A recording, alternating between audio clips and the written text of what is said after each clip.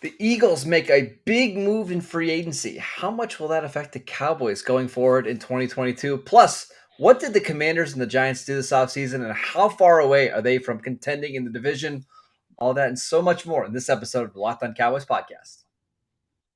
You are Locked On Cowboys, your daily Dallas Cowboys podcast. Part of the Locked On Podcast Network, your team every day. Locked On Cowboys. Locked On Cowboys. Welcome back to the Locked On Cowboys podcast, part of the Locked On Podcast Network, your team every day. We want to thank you for making us your first listen of the day. We are free and available on all platforms. I am Marcus Mosher. You can follow me on Twitter at Marcus_Mosher. He is Landon McCool. Check him out on Twitter at McCoolBCB. Landon, how you doing today, sir? Doing well. I'm excited to talk about some rivals here and see where they've been in the offseason. We haven't had a chance to kind of check in on the preseason Super Bowl champs and the other members of the NFC East. So I'm excited to talk about them.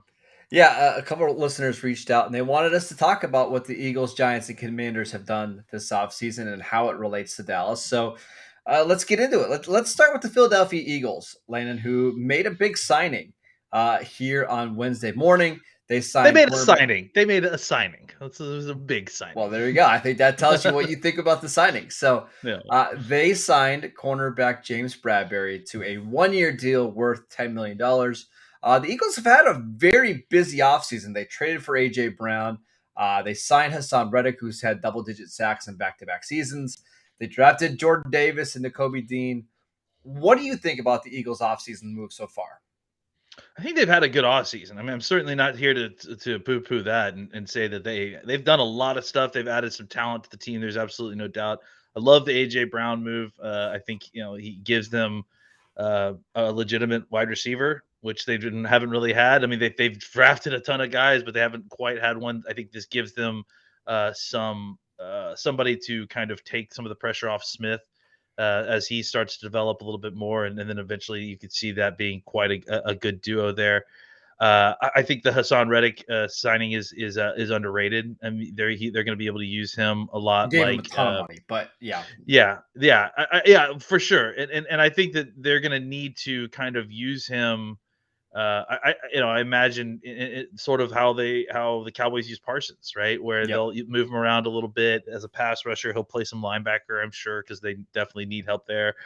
And they'll use him kind of as a movable chess piece. Davis is obviously, we talked at great lengths about Jordan Davis, such an Eagles pick, right? To have another big physical dominant defensive tackle to that group. Nakobe Dean, we've talked about it a great deal. Yeah. They've added a lot of talent here. There's absolutely no doubt there. I think that some of these moves were better than others, but I think the Eagles, without a doubt, have had the best offseason in the NFC East. All right, let me ask you this question about the team. Not weighing positions, but just kind of looking at rosters from 1 to 53. Do they have the best roster in the NFC East right now? I mean, it's certainly the Cowboys or them, right? Like, I don't know that I would either clearly give it to one or the other. I think last year the Cowboys I mean, with the caveats that you just put on there, right?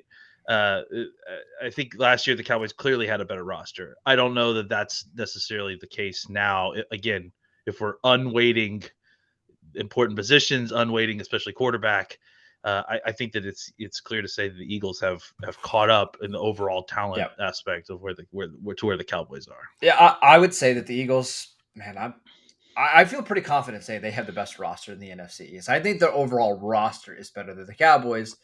Again, if you're not weighing specific positions, right? Like, their quarterback is significantly worse than what Dallas has at quarterback. And that means so much, right? If you're going to have, let's say, a middling quarterback, is that fair for Jalen Hurts? I think it's the definition of middling. Middling, right? Your roster has to be basically A+ everywhere else in order to be a legitimate contender, right? And the problem is, if you have any injuries at all during the season and your quarterback is still only middling, You just don't have a lot of wiggle room there, right? You basically need to dominate every other starting position.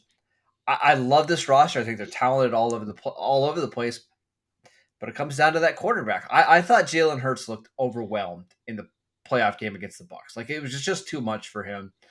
Did they do enough this offseason to help him out? Maybe. They grabbed AJ Brown. They improved their offensive line. I have a lot of questions about Jalen Hurts, Landon. That's why I feel very lukewarm about this team, even though a lot of people are excited. Yeah, I mean, again, like they signed Nande Asamoah. They got Vince Young. So I'm congratulations to their Super Bowl victory. Look, if this happens every year. Like this is like the same tune every year. It's like they, Howie Roseman signs all these guys. They all have great name value. Howie Roseman does a lot of great stuff in the draft, and there's a lot of talent. But I think people get really upset when they do this kind of thing. They sign a guy that I know that name, James Bradbury. He was a good cornerback at one point. So they signed him for $10 million, and now it's like an incredible deal. But it's like, now you've got two cornerbacks who are teetering on the edge of the end of their good play. And I think that this is the difference between a team that scares me versus a team that doesn't, is that they have a lot of guys on their roster that I feel pretty good are gonna be talented at the beginning of the year. My question is, how are some of those players going to be at the end of the year? Where the Cowboys have young players that you're hoping to grow into their positions to get better as the year goes on. There's a couple players on the Eagles rosters that I feel like could fall off a cliff by midseason. Yeah. And that's just kind of what you get sometimes when you throw the dice inside of restricted free agency. Even somebody like AJ Brown, who listen, I'm a huge AJ Brown fan. I think he's one of the best 3 or 4 receivers in the entire league. But he's had a lot of durability problems. He's got a knee issue that bothered him all last year that caused him to miss time, practice time. He's somebody that I don't know if you can rely on to play 15, 16 games every year. My fear with Philadelphia, though, in regards to the Cowboys is, what if Jalen Hurts does make the leap? Like, and we saw this with Dak. Like, Dak got significantly better in year 3, right? Year 2 was up and down. The start of year 3 was not great. But by the end of 2018, Dak was playing some of the best football of his career. What if Jalen Hurts has a similar type of growth here and really improves? That's where the Cowboys could be in trouble here if Hurts does get better. Yeah, I mean, certainly, but I just don't have the difference between Hurts and Dak is that I think we saw the things that would make Dak great eventually. I think the things that hurts are flaws that are not necessarily correctable. Like, you know what I'm saying? Like, I don't know how much better he's going to be at delivering that 18-yard out route over, in the honey hole. I don't know how much better he's going to be at kind of throwing the ball into tight windows with bodies around his feet when you need to make that throw. Those are things that I don't know. Like, I don't know how much you can improve with that. Those are the kind of things that, like, there are certain things I think as a quarterback that are revealed about you your first few years in the league, and I think that there are things that are correctable.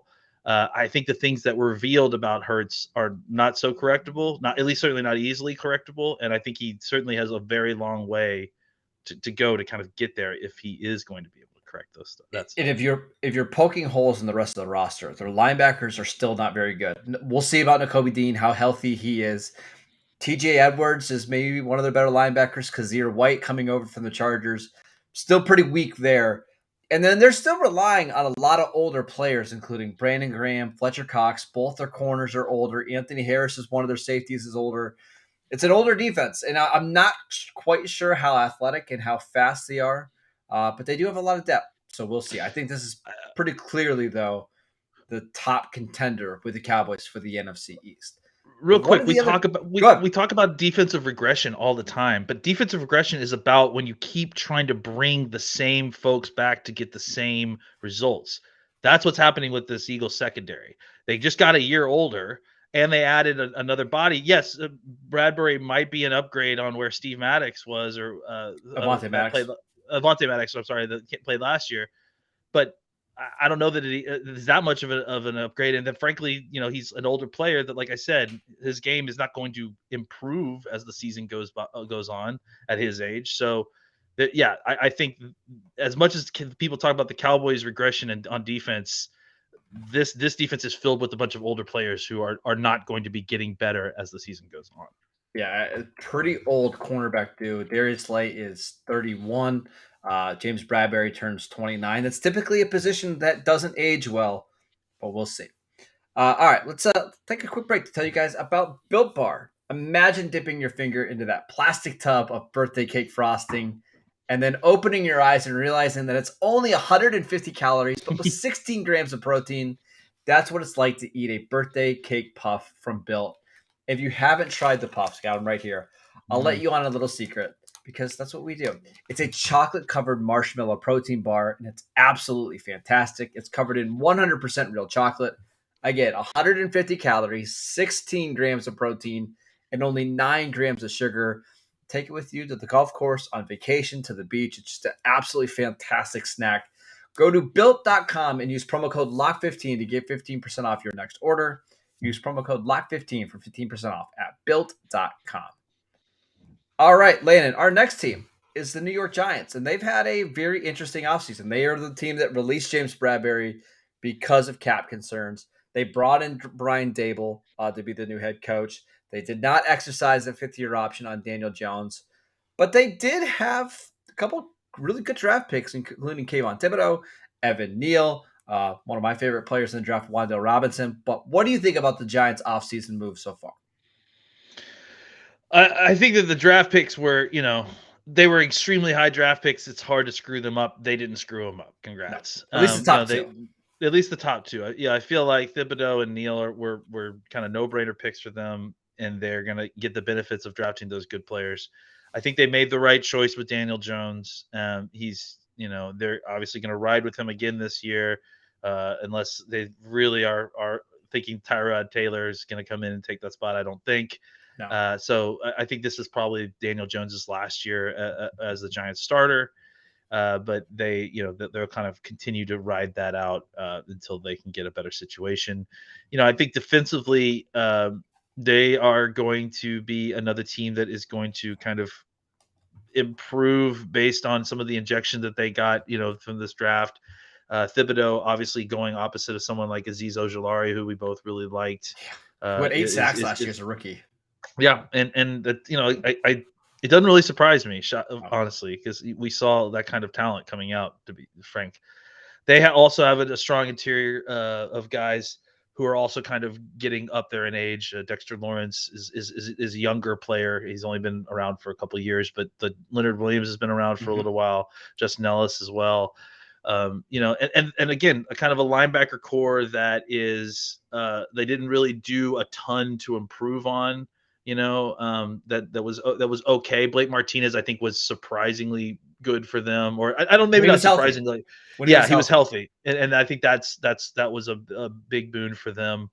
I think that they got Tay Crowder a couple years ago, who I think is kind of developed into that role. But they still, Xavier McKinney has been up and down. He's been good when he's been on the field. Julian Love has been okay at the position. And they kind of have a hodgepodge of corners now that they've gotten rid of Bradbury. I mean, it's Aaron Robinson, who this is the UCF kid, right? Yep. I think I remember. Yep. Yeah. And then Adoree Jackson, who we liked coming out of USC. He's kind of bounced around a little bit. He's been good. He's been bad. He's kind of just been up and down.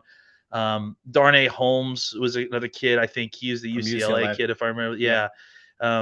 Kind of a smaller, but a nickelback type, and wasn't, exceptional when the Cowboys played against him last year. So I think, offensively, their improvement is going to come with the potential of, if Saquon Barkley can stay healthy, what additions they can get from Dable coming in and running this offense.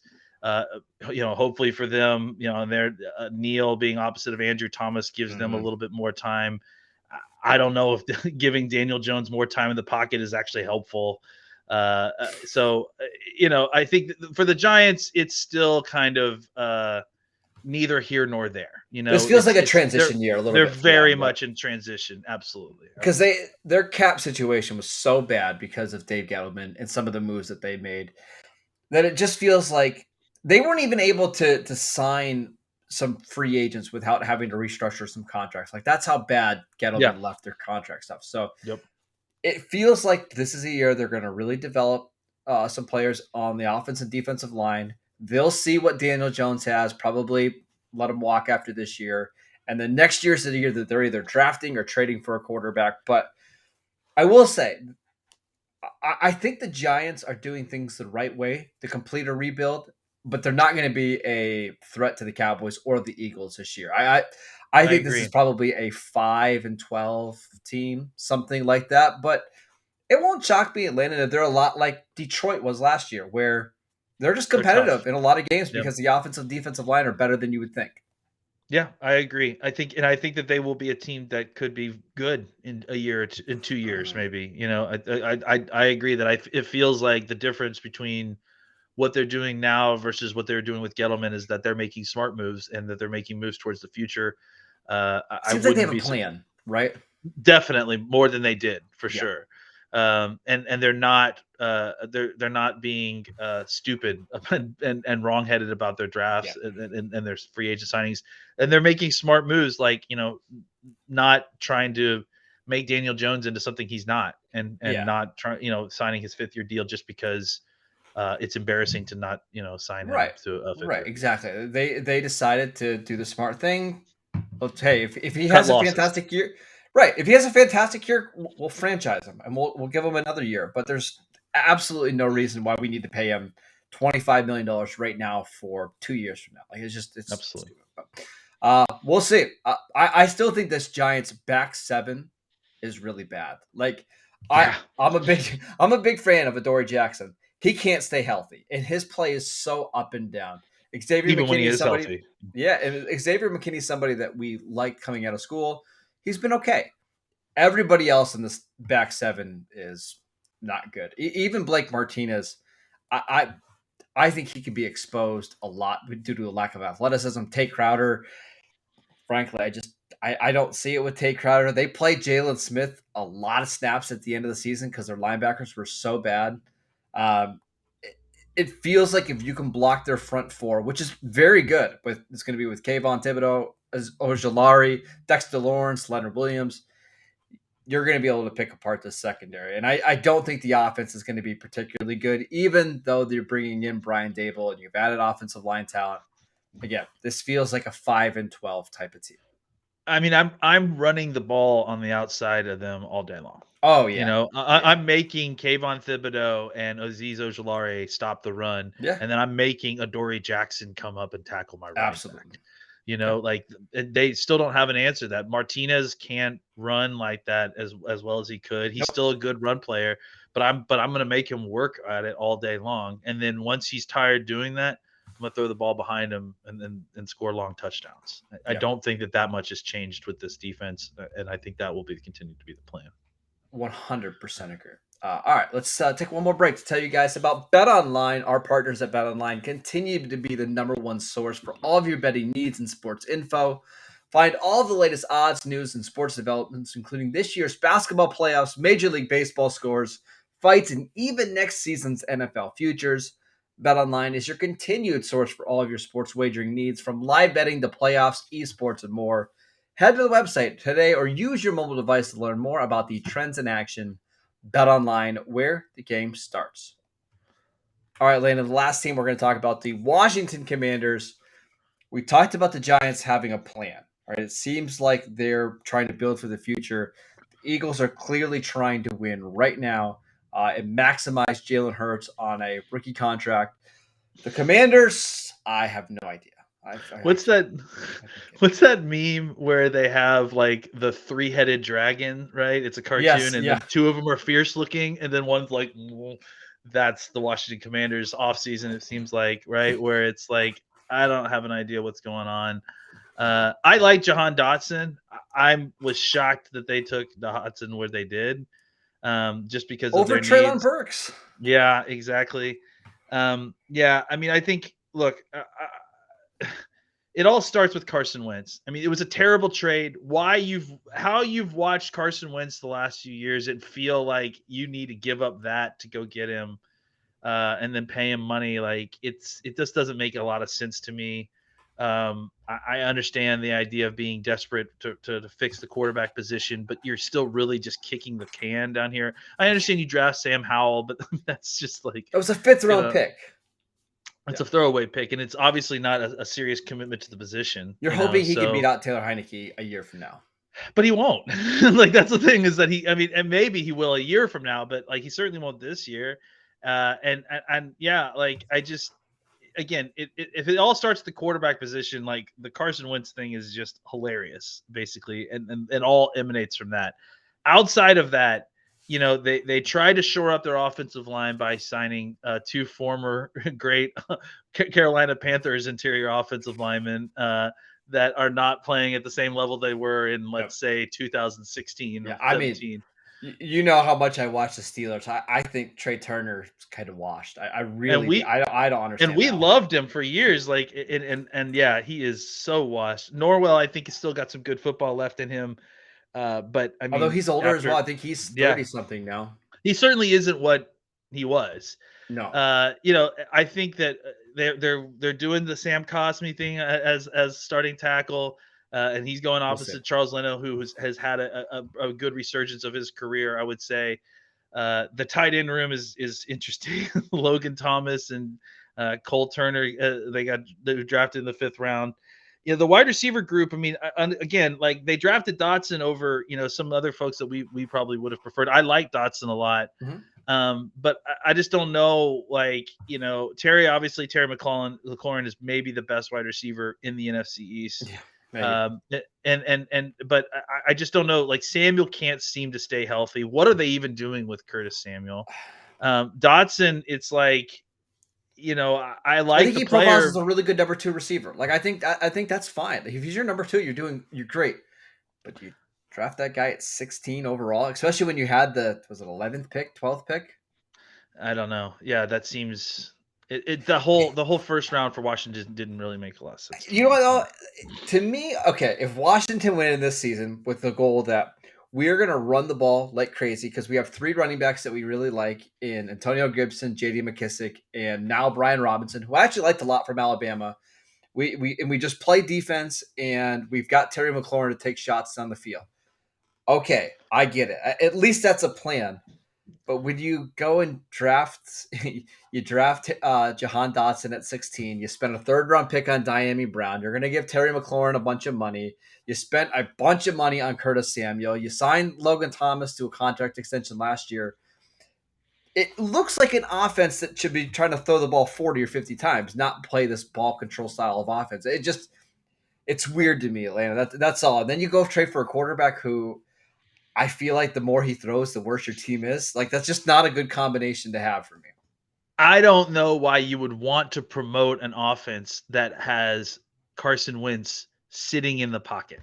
Like the worst thing that Carson Wentz can do is spend too much time in the pocket. And what they're trying to do is they got all these guys that can take shots down the field. Like, teams have got to stop thinking that Carson Wentz is young Ben Roethlisberger. Like, the problem is that Ben Roethlisberger at least got 4 to 5 to 6 years of that whole being able to take shots in the pocket and deliver the ball down the field for touchdowns. Carson Wentz had like half a season of that before it fell apart. He just can't do it. He the longer he holds onto the ball, the more likely he is to fumble it, to throw an interception, to just do something stupid. So this idea of like trying to base an offense around, a good defense that is going to take shots down the field with some of these players, and then to go out and get Carson Wentz to be the trigger man for that offense, it just doesn't make any sense to me at all. And I've said this multiple times on this podcast, but the last 2 weeks of the season for the Colts, they played the Raiders at home, and then they played Jacksonville in Jacksonville. Both of those games, they just needed to win one of them to make the playoffs. And every single time that Wentz dropped back to throw and he didn't hand the ball off to Jonathan Taylor, felt like a win for the defense. Like, you could almost see the defensive coordinators for both teams like taking a big sigh of relief when they saw not Jonathan Taylor touching the ball. That's a bad spot to be in if you have a starting quarterback. Like you don't want the opposing team hoping that he throws the ball, right? What's the plan? Like, what's the plan I beyond this year? You just spent a whole bunch of money on Carson Wentz. If he's terrible, what are you doing next year? Are you cutting bait there? If you did, you wasted a lot of time, money, and resources on a guy. This feels like an attempt to extend the tenure of the people that are in the coaches and the front office room. This doesn't make sense for this year. It doesn't make sense for the future. Yeah. This offense doesn't make sense. Now, the defense is still going to be good. This defense has still or got, it should be good, or at least it should be. Last year they were bad on defense, though. Well, that's the thing, is that on paper, and again, pointing to how things don't always work out the way that you think they will with all the names that you've got. This was supposed to be like one of the best defenses in football. I mean, think about how much the Washington folks were crowing about how good this defense was, and they were terrible last year. Even when Chase Young was healthy and playing, like they were bad. So they still have a lot of these same very talented guys. Montez Sweat, Deron Payne, Jonathan Allen, and Chase Young is an incredible starting four on paper, but they still need to play like they have.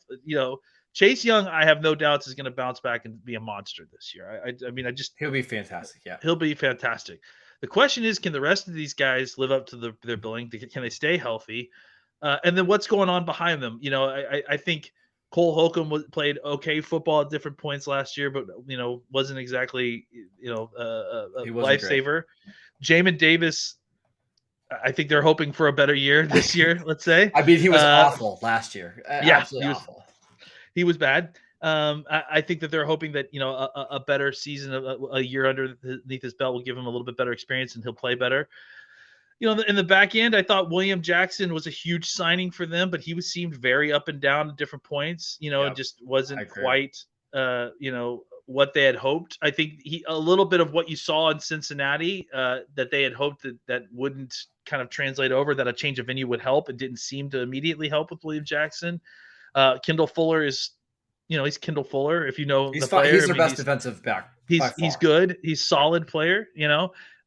Cameron Curl is one of these kind of, every team has got this guy, right? Mm-hmm. Like that is like a strong safety that the team really likes, but it's like, if that's like your best player in the secondary, then like you're in trouble. And I think the rest of the group is kind of a lot of meh, so their depth in the secondary is pretty awful, right? Like, yeah, William Jackson. I mean, I think I liked William Jackson a lot. He did not have a good year. Benjamin St-Juste is one of their other starting outside cornerbacks, and after that, it's a bunch of day 3 and undrafted free agents like Percy Butler, who they drafted in the 3rd or 4th round this year, might be like their 5th defensive back. Like they are in big trouble in the secondary if anybody gets hurt, and even then, Landon, like it's not a good secondary even to open the season. Like no. They gave up so many big plays down the field due to coverage busts and guys just not knowing where to be last year. It's kind of shocking that they didn't do more to address their secondary. They needed this team to have an incredible pass rush all the time to kind of make up for what they have in the back end, and it just didn't happen. Like it just they weren't able to produce the pressure that they were expecting. And then if teams were able to run the football on them and kind of get them going in multiple directions through play action, I mean, it fell apart for really quickly for a defense that was supposed to be tops in the NFC. I won't be surprised, Landon, though, if Washington wins between 7 and 9 games this year. Like they're just a better, more talented team than the Giants. And they might even upset the Eagles once or whatever this year, but I just don't see the long-term plan. I think Giants fans should be much more excited about the future of what their team is than what Washington is. I agree, which is crazy to say even just from a year ago, right? Like, I mean, I think it's nuts how things can fall apart really quickly. And I mean, this is a cautionary tale for the Cowboys too. You think you have something, and then it just kind of all falls apart on you. And frankly, I mean, a lot of what happened to the Cowboys offense at the end of the year, right? Where it's like they had a lot of names, but they weren't able to kind of execute on some key aspects of their game, and it ended up kind of crushing the whole system. And I think that that's kind of what happened with Washington and their defense, except very early in the season. I agree. All right, well, there's our NFC East kind of review of everything that happened this offseason. Tomorrow, we've got a special show with Locked On Bucks to start you guys ready for Week 1. Kind of talk about what happened since last year when the Cowboys and Bucks met in Week 1. We'll also talk about the Bucks moves that they made this offseason and compare the Cowboys roster. So be on the lookout for that. We also wanted to thank you guys for making Locked On Cowboys your first listen every single day. Now, for your second listen, check out Locked On NFL. The NFL season may be off season may be a little dark right now, but the NFL never stops, and neither does Locked On NFL. Get insights and opinions from your hosts, including Ross Jackson, Chris Carter, and Tony Wiggins, plus local Locked On NFL hosts repping all 32 squads. There's no off season for real fans, so make sure you're subscribed to the Locked On NFL channel, podcast, YouTube, wherever you get your podcasts. And for us, check us out at Locked On Cowboys on Twitter. Get your podcast wherever you've been downloading podcasts, Spotify, Apple Podcasts, Google Podcasts. We're on YouTube every single day. You guys have been crushing those videos over there. We really, really appreciate it. Follow Landon at McCool BCB. I am at Marcus _Mosher. We'll see you guys right back here tomorrow.